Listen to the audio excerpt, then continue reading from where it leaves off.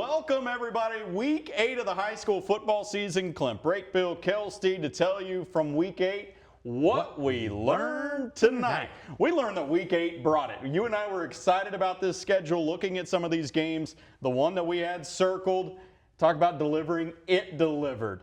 Instinet, West Texas High, taking on Panhandle in what we call the de facto district title game. And, man, you got to see one of the best games, not only of the night, but of the year. I did. Clint, 637 games in the great state of Texas. Wow. And I don't know if there was a better one than this 2A I agree. Division I game between number 3 Panhandle and number 7 West Texas High. And I think it's time we all stop underestimating the West Texas High Comanches. Myself included. Myself included. 9 lead changes in this 50-49 win from West Texas High in a game that just saw not only 9 lead changes, just touchdown after touchdown. It became Cade Winters, who was unbelievable on this night. The fantasy points machine. Yes. 7 touchdowns, 4 two-point conversions.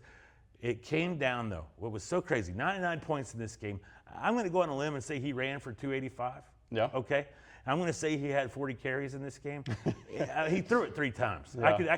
I could get you that. Okay. But he scores with 2:18 left, and I'm like, and he gets the 2-point conversion. I'm like, oh no, you left Panhandle too much time because they've been scoring at will. Yeah. As fast as they wanted. But this game came down to a defensive play and a pick with 1.5 minutes left, and wow.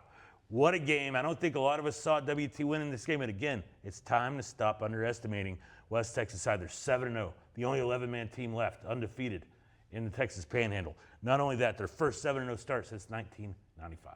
And now they're going to be ranked likely inside the top 5. Moving on up. Probably into the top 5, somewhere in there. Panhandle will be just fine. I mean, will be. That game could have gone either way. And if you're one of those other districts that has to meet up with this one, being the 3 seed, you get probably Panhandle now. Is this a game that we see the first week of December? I would love to see it again, yes. And see it again. To build that up, a 1-point win with all of those points, that would be a lot of fun. Let's take a look at some of our bigger schools tonight, and we'll start with the Palo Duro Dons. We saw them have to, they got out to a lead last week, and then they showed, we said, moxie.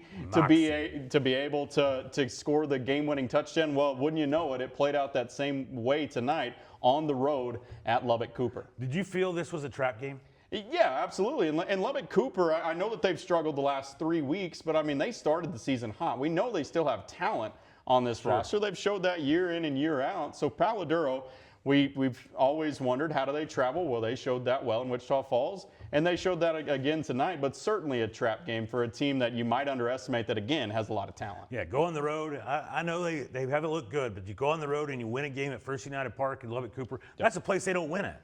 They haven't won at Wichita Falls. They haven't won at Lubbock-Cooper. Well, now they have. Notch those 2 off the belt. They're 3-0. They are in control of this district. They are looking great, and the biggest game left for them is Abilene-Cooper. This is going to be a playoff team. First 6-win season. Congrats to Eric Mims since 2012. This team is on fire. They're getting better by the week. We haven't got to look at the stats yet, but I just can't wait to see it because I want to know who stepped up this week. Because every week we see a new guy. We see somebody, Darian Lewis 1 week, Deuce Reese the other one. Raymond Johnson the next week. Yes. Who is it this week? Exactly. And so, and again, I've said that the balance on this team, I think, and the defense. Obviously, the defense has played really well, but the balance offensively has done a great job. And then, all of those players say they couldn't do it without their offensive line. We don't get to see those stats, really. They don't show up in the stat sheet as much, but the offensive line has been playing really well for the Dons. You mentioned Abilene-Cooper, that could set up to be the district title game the final week of the season. Plainview's one that, another one that you look at as a little bit of a trap game because they do have a quarterback that has been around for a long time that's really talented as well. Staying with Amarillo ISD, the Tascosa Rebels, again, go on the road like the Dons and pick up a win in Lubbock. Yeah, at Lubbock Monterey, kind of what they did with Coronado, tied 14.5. Really got this thing going in the second half. Colton Fulton had it going the night, 224 yards rushing, a couple touchdowns. Big win for the Rebels. This sets up next week with at home, Friday night against Abilene High for the district lead. This is going to be huge for the Rebs, man, and they're playing some good football. They really are, and you've talked about this team, even in their losses like we saw to Permian, that you thought they played really well in a loss. So this is a team that has been playing really well the last month of this season. When we look at the 4A district and we talk about how this one is going to be a battle Maybe not at the top. We saw West Plains cruise against Pampa, but let's talk about the other games that we saw tonight, starting with Dumas at home or on the road at Canyon. Yeah, Dumas gets a big win. Their second trip to Kimbrough out of 3 this year. They're pretty much living at Happy State Bank Stadium this year. They get a team that we thought that was better since Matt Lovern took this team over. They played hard against West Plains. Dumas goes in. Colton Mills 5 touchdowns on the night, over 200 yards of offense. They ran the ball well tonight. They threw the ball when they had to.